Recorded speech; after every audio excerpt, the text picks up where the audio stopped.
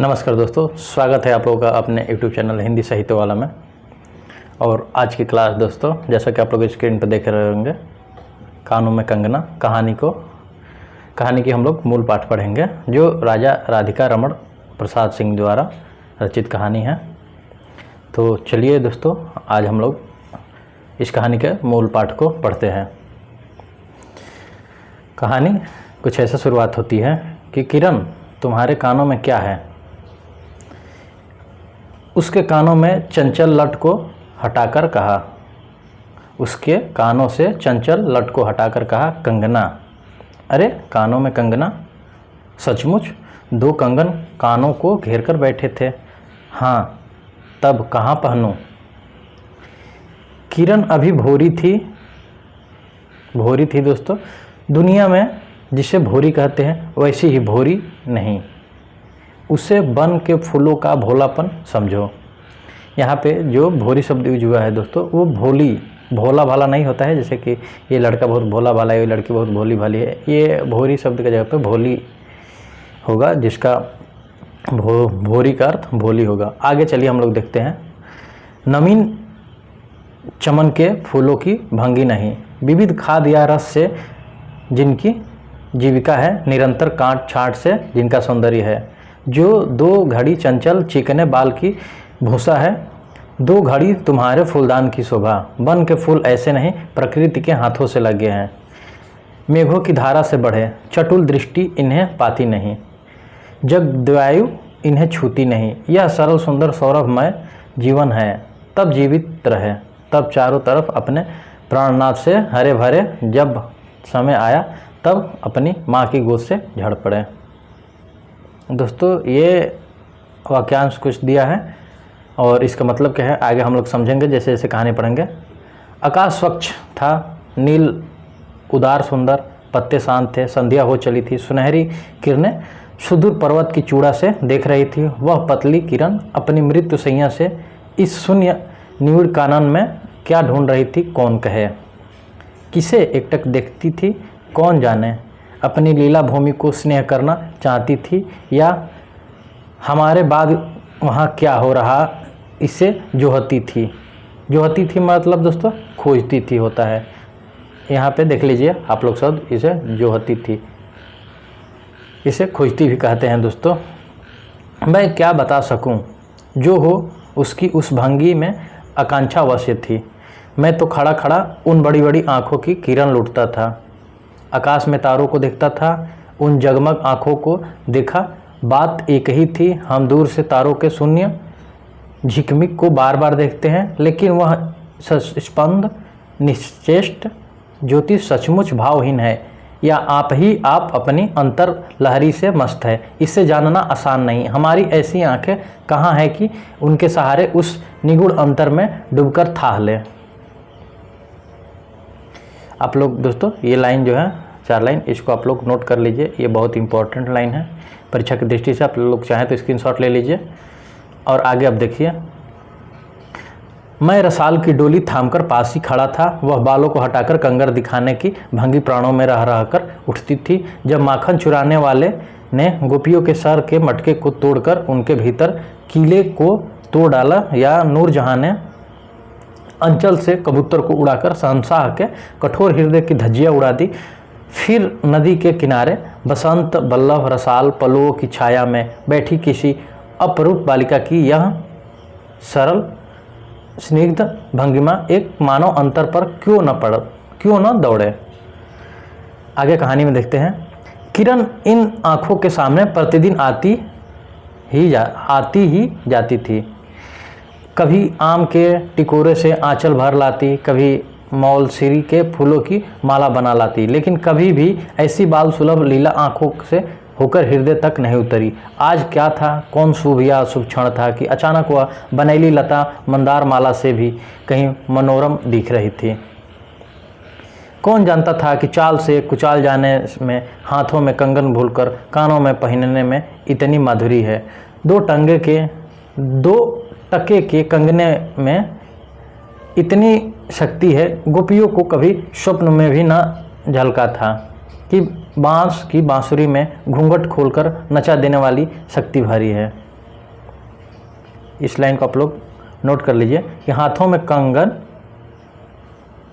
यहाँ से दोस्तों, कि हाथों में कंगन भूलकर कानों में पहनने में इतनी माधुरी है कि 2 टके के कंगने की इतनी शक्ति है कि गोपियों को भी स्वप्न में भी नहीं झलका था कि बांसुरी में घूंघट खुलकर नचा देने वाली शक्ति भारी है। ये भी इम्पोर्टेंट लाइन है। चूँकि हम लोग तो जैसे ही क्लास की विस्तृत चर्चा करते हैं उस पर तो हम लोग इम्पोर्टेंट लाइन को हाईलाइट करते हैं, लेकिन आप लोग यहाँ से भी हाईलाइट करते चलिए ताकि एक बार उसके माने रिवीजन हो जाएगा और तैयारी भी हो जाएगी। आगे देखते हैं।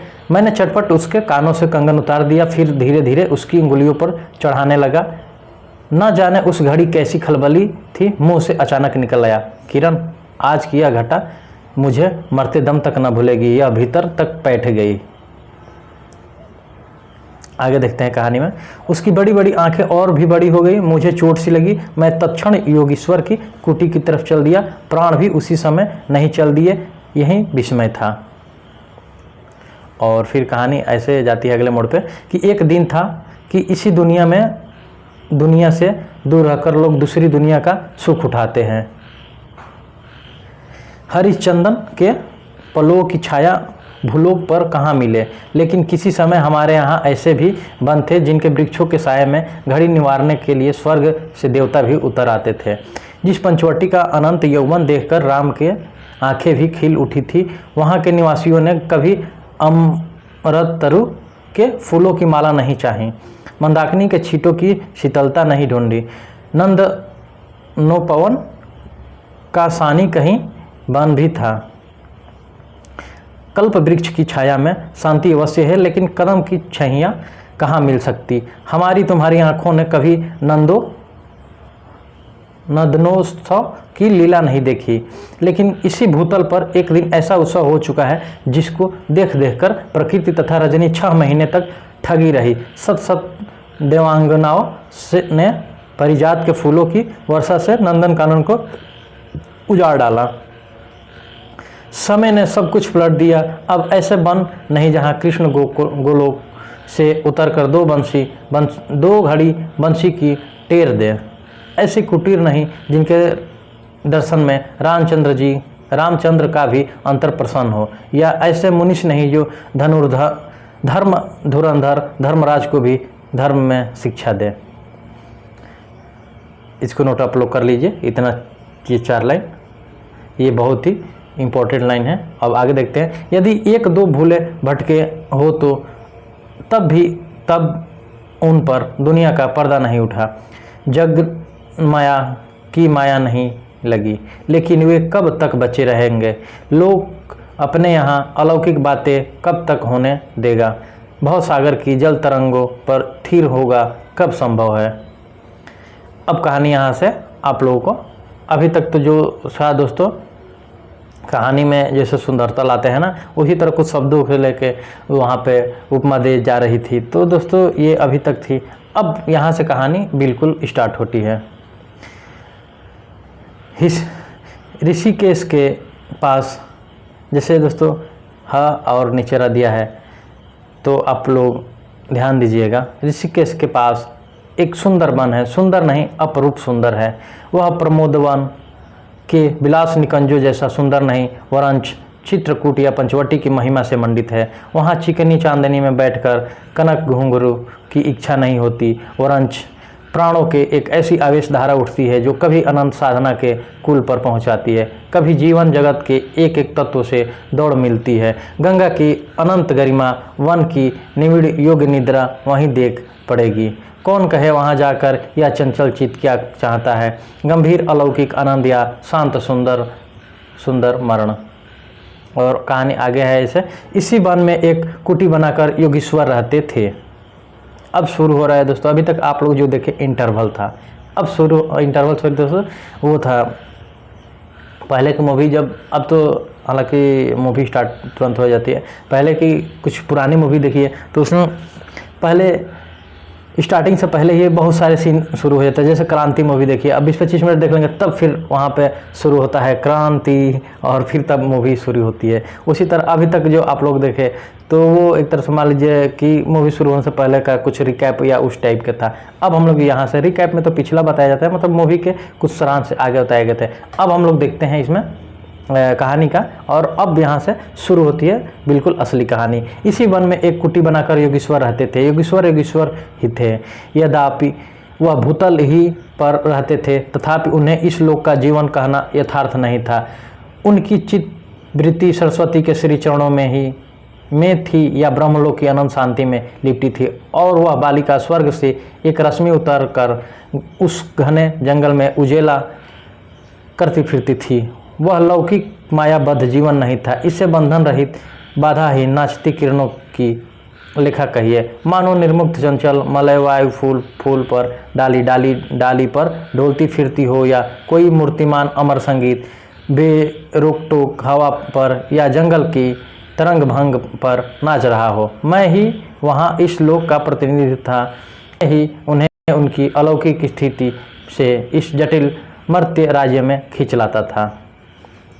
कुछ साल से मैं योगीश्वर के यहाँ आता जाता था। पिता की आज्ञा थी कि उनके यहाँ जाकर अपने धर्म के सब ग्रंथ पढ़ डालो। योगीश्वर और बाबा लड़कपन के साथी थे, इसीलिए उनकी मुझ पर इतनी दया थी कि किरण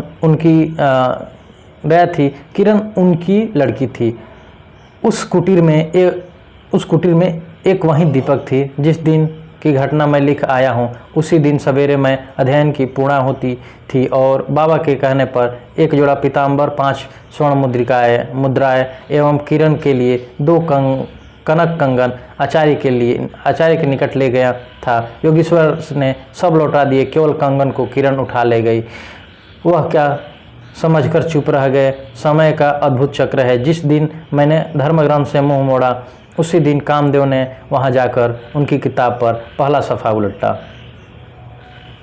और दूसरे दिन मैं योगीश्वर से मिलने गया। वह किरण को पास बिठाकर न जाने क्या पढ़ा रहे थे। उनकी आंखें गंभीर थी। मुझको देखते ही वह उठ पड़े और मेरे कंधों पर हाथ रखकर गदगद स्वर में बोले, नरेंद्र, अब मैं चला, किरण तुम्हारे हवाले हैं। यह कहकर किसी की सुकोमल उंगलियों मेरे हाथों में रख दी। लोचनों के कोने पर 2 बूंदें निकलकर झांक पड़ी। मैं सहम उठा। क्या उन पर सब बातें विदित थी? क्या उनकी तीव्र दृष्टि मेरी अंतर्लहरी तक डूब चुकी थी? वह ठहरे नहीं, चल दिए। मैं कांपता रह गया, किरण देखती रह गई। सन्नाटा छा गया। वन वायु भी चुप हो गए। हम दोनों भी चुप चल पड़े। किरण मेरे कंधे पर थी। हठात अंतर से कोई अकड़कर कह उठा, हाय नरेंद्र, यह क्या? तुम इस बनफूल को किस चमन में ले चले? इस बंधन विहीन स्वर्गीय जीवन को किस लोकलाज में बांधने चले? कंकड़ी जल में जाकर कोई अस्थाई विवर नहीं फोड़ सकती। क्षण भर जल का समतल भले ही उलट पुलट हो, लेकिन इधर उधर से जल तरंग दौड़कर उस छिद्र का नाम निशान भी नहीं रहने देती। जगत की यही चाल है। यदि स्वर्ग से देवेंद्र भी आकर इस लोक चलाचल में खड़े हो, फिर संसार देखते उन्हें अपना बना लेगा। इस काली कोठरी में आकर इसकी कालिमा से बचे रहे। ऐसी शक्ति अब आकाश कुसुम ही समझो। 2 दिन में राम हाय जानकी कहकर वन डोलते फिरे। 2 क्षण में यही विश्वामित्र को भी स्वर्ग से घसीट लाया। यहाँ से आप लोग ये लाइन नोट कर लीजिए कि ऐसी शक्ति अब आकाश कुसुम को ही समझ। इस काली कोठरी में, यहाँ से दोस्तों, इस काली कोठरी में आकर इसकी कालिमा से बचे रहे। ऐसी शक्ति अब आकाश कुसुम ही समझे। 2 दिन में राम हाय जानकी कहकर वन डोलते फिरे। 2 क्षण में यही विश्वामित्र को भी स्वर्ग से घसीट लाया। ये बहुत इंपॉर्टेंट लाइन है। अब आगे हम लोग देखते हैं कहानी को। किरण की भी यही अवस्था हुई। कहाँ प्रकृति की निर्मुक्त गोद, कहाँ जगत का जटिल बंध पास, कहाँ से कहाँ आ पड़ी। वह अलौकिक भोलापन, वह निसर्ग उच्छ्वास हाथों हाथ लुट गए। उस वन फूल की विमल कांति, लौकिक चमन की मायावी मनोहारिता से परिणत हुई। अब आंखें उठाकर आकाश से नीरव बातचीत करने का अवसर कहाँ से मिले? मलय वायु से मिलकर मलयाचल के फूलों की पूछताछ क्यों कर हो? जब किशोरी नए सांचे में ढलकर उतरी, उसे पहचानना भी कठिन था। अब वह लाल चोली, हरी साड़ी पहनकर सर पर सिंदूर रेखा सजती और हाथों के कंगन, कानों की बाली, गले की कंठी तथा कमर की करधनी दिन दिन उसके चित्त को नचाए मारती थी। जब कभी वह सज धज कर चांदनी के कोठे पर उतरती और बसंत वायु उसके आंचल में मोतिया की लपट लाकर मेरे बरामदे में भर देता, फिर किसी मतवाली माधुरी या तीव्र मदिरा के नशे में मेरा मस्तिष्क घूम जाता और मैं चटपट अपना प्रेम चित्कार फूलदान रंगीन चिट्ठी में भरकर जूही के हाथ ऊपर भेजवाता या बाजार से दौड़कर कटकी गहने व बिलायती चूड़ी खरीद लाता। लेकिन जो हो, अब भी कभी कभी उसके प्रफुल्ल वदन पर उस आलोक की छटा पूर्व जन्म की सुख स्मृति वत चली आती और आंखें उसकी जीवंत सुंदर झिकमिक का नाच दिखाती थी। जब अंतर प्रसन्न था, फिर बाहरी चेष्टा पर प्रतिबिंब क्यों न पड़े। यूं ही 1-2 साल मुरादाबाद में कट गए। एक दिन मोहन के यहाँ नाच देखने गया। नरेंद्र जो है दोस्तों, बात यहाँ देखने जो जा रहा है वो नरेंद्र है, और जो यहाँ नायिका रूप में है वो किरण है, और किरण के पापा का नाम योगेश्वर था। तो दोस्तों ये 3 कैरेक्टर है, आप लोग ध्यान रखिएगा। वही किन्नरी से आंखें मिली क्या लीन हो गई। नवीन यौवन, कोकिल कंठा, चतुर चंचल चेष्टा तथा मायावी चमक, अब चित्त को चलाने के लिए और क्या चाहिए। किन्नरी सचमुच किन्नरी ही थी, नाचने वाली नहीं, नाचने वाली थी। पहली बार देखकर उसे इस लोक की सुंदरी समझना दुस्तर था। एक लपट जो लगती किसी नशा से चढ़ जाती। यारों ने मुझे और भी चढ़ा दिया। आंखें मिल गई, हृदय को भी साथ साथ घसीट ले गई। फिर क्या था, इतने दिनों की धर्म शिक्षा, सत्वसर की पूज्य लक्ष्मी, बाप दादों की कुल प्रतिष्ठा, पत्नी से पवित्र प्रेम, एक एक करके उस प्रतीप्त वासना कुंड में भस्म होने लगे। अग्नि और भी बढ़ती गई। किन्नरी की चिकनी दृष्टि, चिकनी बातें घी बरसाती रही। घर बार सब जल उठा, मैं भी निरंतर जलने लगा, लेकिन ज्यों ज्यों जलता गया जलने की इच्छा जलाती रही। 5 महीने कट गए, नशा उतरा नहीं। बनारसी साड़ी, पारसी जैकेट, मोती का हार, कट की कर्ण फूल, सब कुछ लाकर उस मायाकारी के अलरक्त रंजित चरणों पर रखे। किरण हेमंत की मालती बनी थी, जिस पर एक फूल नहीं, एक पल्लव नहीं। घर की बधू क्या करती, जो अनंत सूत्र से बंधा था, जो अनंत जीवन क्या संगी था, वहीं हाथों हाथ पराये के हाथ बिक गया। फिर ये तो 2 दिन की चकमकी दिया है दोस्तों, चकमकी खिलौने थे। इन्हें शरीर बदलते क्या देर लगे। दिन भर कानों की माला गुंथ किरण के गले में, और शाम को मोती की माला उस नाचने वाली के गले में सशंक निर्लज डाल देना। यही मेरा जीवन निर्वाह था। एक दिन सारी बातें खुल गई। किरण पछाड़ खाकर भूमि पर जा पड़ी। उसकी आंखों में आंसू न थे, मेरी आंखों में दया न थी। बरसात की रात थी, रिमझिम बूंदों की झड़ी थी। चांदनी मेघों से आंख मुदौल खेल रही थी। बिजली कांटे कपाट से बार बार झांकती थी। किसे चंचला देखती थी तथा बादल किस मरोड़ से रह रहकर चिल्लाते थे, उन्हें सोचने का मुझे अवसर नहीं था। मैं तो किन्नरी के दरवाजे से हताश लौटा था। आंखों के ऊपर न चांदनी थी न बदली थी। त्रिशंकु ने स्वर्ग को जाते जाते बीच में ही टंग कर किस दुख को उठाया, और मैं तो अपने स्वर्ग के दरवाजे पर सर रखकर निराश लौटा था। मेरी वेदना क्यों न बड़ी हो। हाय, मेरी अंगुलियों में एक अंगूठी भी रहती तो उसे नजर कर उसके चरणों में लौटता। घर पर आते ही जूही को पुकार उठा, जूही, किरण के पास कुछ भी बचा हो तो फौरन जाकर मांग लाओ। ऊपर से कोई आवाज़ नहीं आई, केवल सर के ऊपर से एक काला बादल कलांत चित्कार के चिल्ला उठा। मेरा मस्तिष्क घूम गया। मैं तत्क्षण कोठे पर दौड़ा। सब संदूक है झांके, जो कुछ मिला सब तोड़ डाला, लेकिन मिला कुछ नहीं। अलमारी में केवल मकड़े का जाल था। श्रृंगार बक्स में एक छिपकली बैठी थी। उसी दम किरण पर झपटा। पास जाते ही सहम गया। वह एक तकिए के सहारे निसहाय निस्पंद लेटी थी। केवल चांद के खिड़की से होकर उसके गोद में रखा था, और वायु उस शरीर पर जल से भिगोया पंखा झल रही थी। मुख पर एक अपरूप छटा थी। कौन कहे, कहीं जीवन के शेष रश्मि क्षण भर वहीं अटकी हो। आंखों में एक जीवित ज्योति थी। शायद प्राण शरीर से निकलकर किसी आश्रय से वहां बैठ रहा था। मैं फिर पुकार उठा, किरण, किरण, तुम्हारे पास कोई गहना भी रहा है? हाँ, क्षीणकंठ की काकली थी। कहाँ है? अभी देखने दो। उसने धीरे से घूंघट सरका कर कहा, वहीं कानों का कंगना। सर तकिए से ढल पड़ा, आंखें भी छिप गई। वह जीवंत रेखा कहाँ चली गई? क्या इतने ही के लिए अब तक ठहरी थी?